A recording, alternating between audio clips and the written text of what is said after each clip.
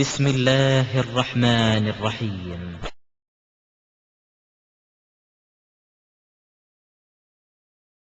அவுலியாக்கள்லாம் ஒரு சக்தியெல்லாம் கிடையாது, இறந்து போனா எல்லாம் முடிஞ்சிருச்சு அப்படின்னு சொல்லும் பொழுது அடுத்து ஒரு பயங்கரமான ஒரு வாதத்தை எடுத்து வைப்பாங்க.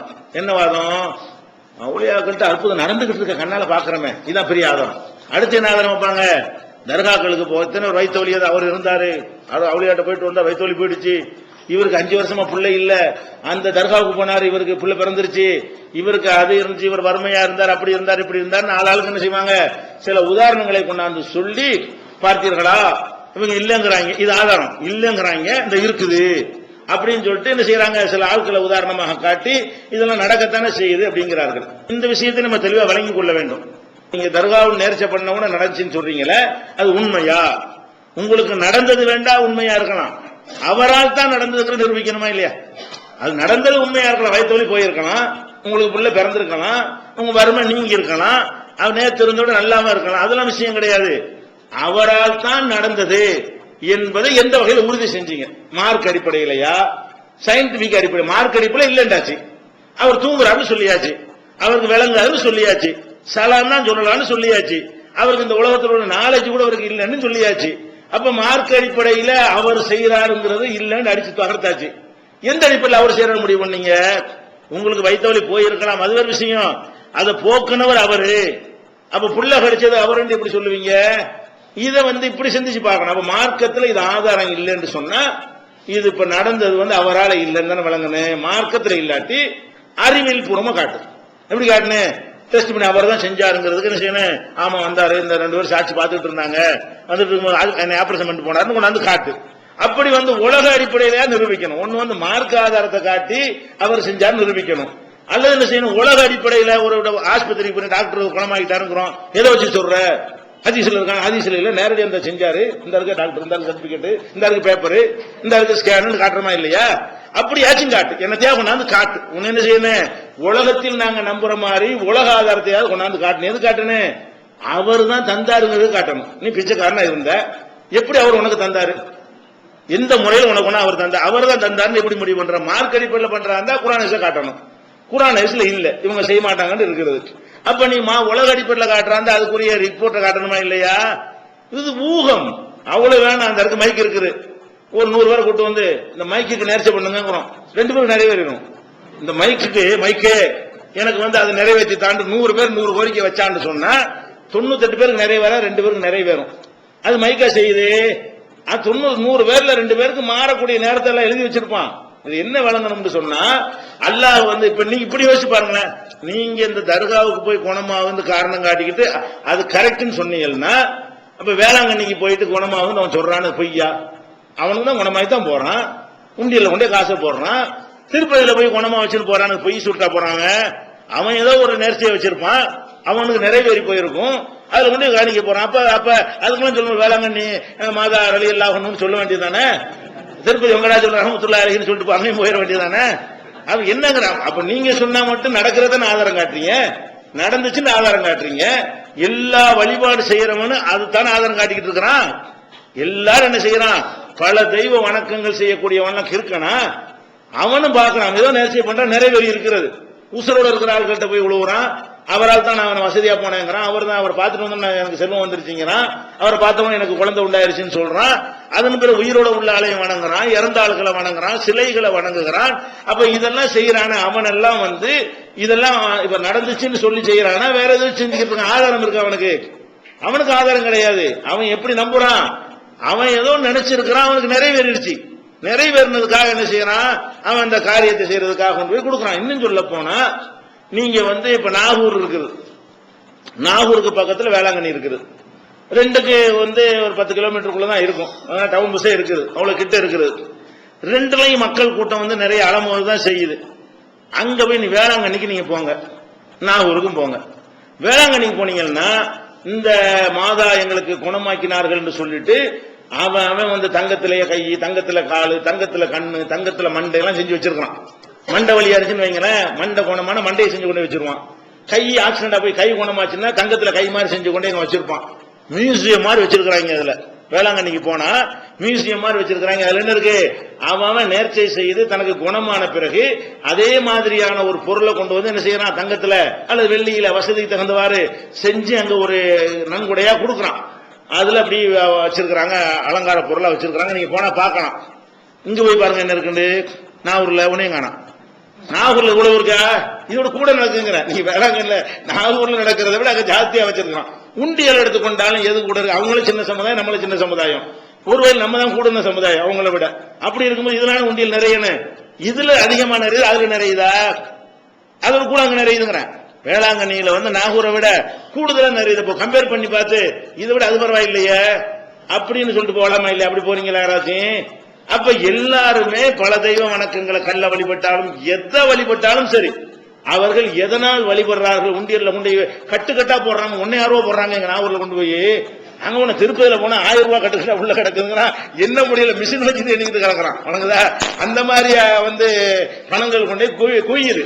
எதுக்கு அவன் செய்யறான்? ஒவ்வொரு மனிதனும் அவன் ஒரு நேர்ச்சியை பண்றான். அது வந்து நிறைவேறுகிறது. நிறைவேறணும் இவர் தான் செஞ்சாரு அப்படி நினைச்சுக்கிட்டு போறான். அப்ப வந்து இதுல வந்து நீங்க செய்யறது கரெக்ட்னு வச்சீங்கன்னா அப்ப அதுவும் கரெக்ட் தான். இதனாலதான் நீங்க போறேங்கிறீங்க. அவனுக்கு என்ன பதில் சொல்லுவீங்க? அவங்க அங்கேயும் போங்க, எல்லாம் போகலான்னு சொல்லுங்க, முடிஞ்சு வச்சுக்க. இஸ்லாமா சுத்தமா இருக்குமா இல்லையா? போயிட்டாங்கன்னா நாங்க அங்கேயும் போறோம்னு போயிட்டீங்கன்னா இஸ்லாம்ங்கிற பேரை சொல்லிட்டு உடனே செய்யாமையா இருப்பீங்கல்ல? இஸ்லாம் பீரோவாச்சு போயிருமா இல்லையா? அப்படியா செய்யுங்க. அப்ப என்ன, எதை வச்சு நீங்க இவர் தான் செஞ்சாருன்னு சொல்றீங்க? இதை முதல்ல சிந்திச்சு பார்த்தாலே விளங்கி போயிடும். என்ன மேட்டர்னு கேட்டா, நம்ம இஸ்லாமிய நம்பிக்கைப்படி பார்த்தா அனைத்துக்கும் ஆன்சர் இருக்கிறது. தர்காவில் ஏன் நடக்குது? ஆன்சர் இருக்கிறது. கோயில்ல ஏன் நடக்குது? ஆன்சர் இருக்கிறது. சர்ச்சில் ஏன் நடக்குது? ஆன்சர் இருக்கிறது. உசுரோட உள்ள சாமியாட்ட ஏன் நடக்குது? ஆன்சர் இருக்கு. அதுக்கெல்லாம் விடை இருக்கிறது. பள்ளிவாசல்ல வந்தாலும் ஏன் நடக்குது? அதுக்கு ஆன்சர். ஒரே ஆன்சர்ல இஸ்லாம் என்ன செய்யுது? அனைத்துக்கும் விடை தருது. எப்படி விடை தருது? அதாவது அல்லாஹ் வந்து ஒவ்வொரு மனிதனுக்கும் நேரத்தின் அடிப்படையில் டைம் போட்டு தான் எல்லாம் வச்சிருக்கிறான். ஒரு டயத்துக்கு ஒன்று நமக்கு கிடைக்கும். இன்னைக்கு வந்து இப்படி இருப்பான், இன்னைக்கு இப்படி இருப்பான், 8ஆம் தேதி நிலைமை இப்படி, 9ஆம் தேதி இப்படி, 10ஆம் தேதி இப்படி, 10ஆம் தேதிக்கு நோய் வாய்ப்படுவான், 2010 நோயா இருப்பான், 2011 நோய் தீர்ந்துரும், 2010 மந்திரி ஆயிடுவான். இப்படின்னு ஒவ்வொருத்தனுக்கும் ஒரு விஷயத்த என்ன செய்வான்? அல்ல எழுதி வச்சிருக்கான். ஒருத்தர் கல்யாணம் பண்றான்னு வைங்களேன், அவன் 5 வருஷம் கழிச்சு அவனுக்கு குழந்தை பேரணும் நல்லா எழுதி வச்சிருப்பான். அவனுக்கு 5 வருஷம் எங்க போனாலும் நடக்கவே நடக்காது. இந்த 5வது வருஷம் என்ன செய்யறான்னா, அவன் நாகூருக்கு போனான்னு வைங்களேன், அவர் தந்தாரு நினைச்சுக்கிறான். அவர் போவாட்டாலும் அவனுக்கு எழுதி வச்சுட்டோம். அவனுக்கு கல்யாணம் பண்ணி 5வது வருஷத்தில் இவனுக்கு ஒரு ஆம்பளை பிள்ளை பிறக்கும் என்று அல்லாஹ் எழுதி இருந்தால், அந்த 5வது வருஷத்துல அவன் யார போய் நாடுகிறானோ அவன் தான் தந்தான் நினைச்சுக்கிறான். இதான் மேட்ரு. எப்படி வந்து நீனா பழச்சுக்கிட்ட ஒரு பொருள் உனக்கு எப்படி தரும்? அது தருங்கிற பேச மாட்டேங்குது, சிரிக்க மாட்டேங்குது, கொடுத்தா வாங்கிக்கிற மாட்டேங்குது, நம்ம கையிட்டு தர மாட்டேங்குது. நம்ம எத்தனை விஷயங்களை பார்க்கிறோம். அதுக்கு முன்னாடி நின்று கேள்வி கூட செருப்பை எடுத்து காட்டினா கூட ஏதாவது செய்யுமா? அது ஒன்னும் பண்ண மாட்டேங்குது, கோபம் கூட வர மாட்டேங்குது. அது எப்படி தரணும்னு அறிவுக்கு எட்டல.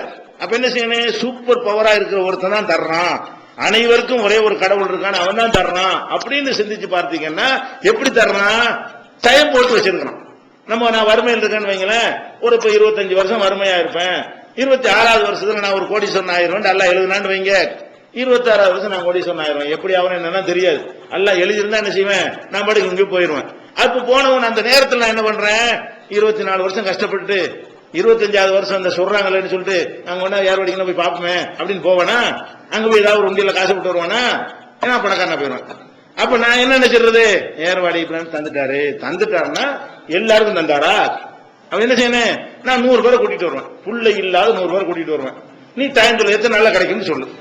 புள்ள இல்லாத நான் கூட்டு டைம் போட்டு அந்த 100 பேரும் செக் பண்ணுவோம். 100 பேருக்கு கிடைக்குமா?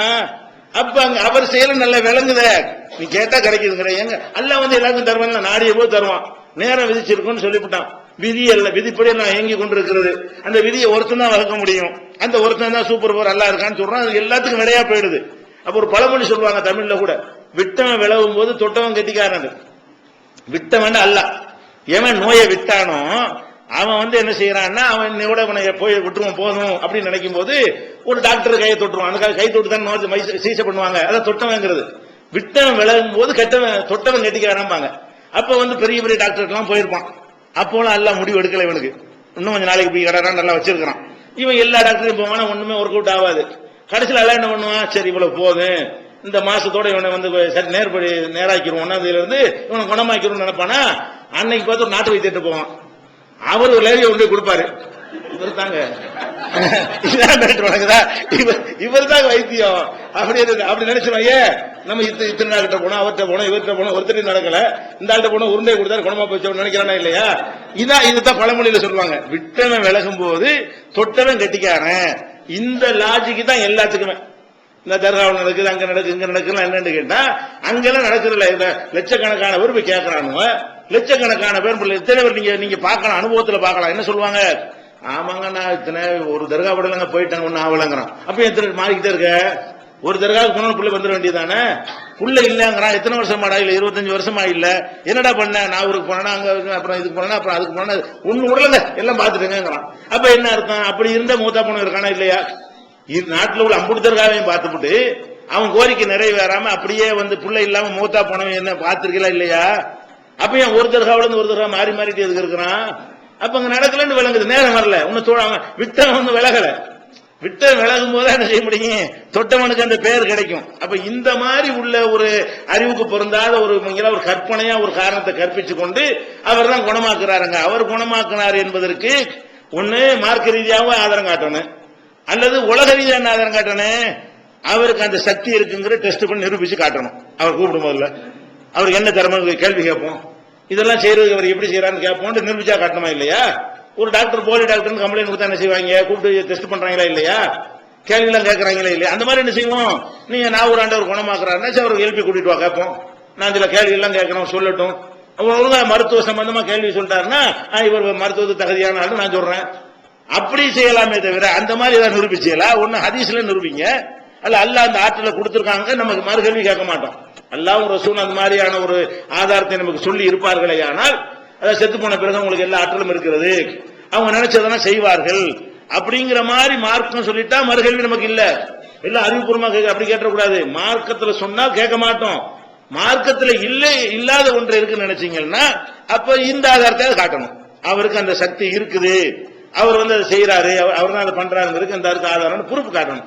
ஒண்ணும் இல்லை, சும்மா கற்பனை. இதெல்லாம் ஒரு ஆதாரமா காட்டி கொண்டு செஞ்சா இது எங்க கொண்டு முடிக்கும்? இப்படி சொன்னதுனாலதான் எல்லாத்துக்கும் தயாராக போயிட்டு இருக்கிறான்.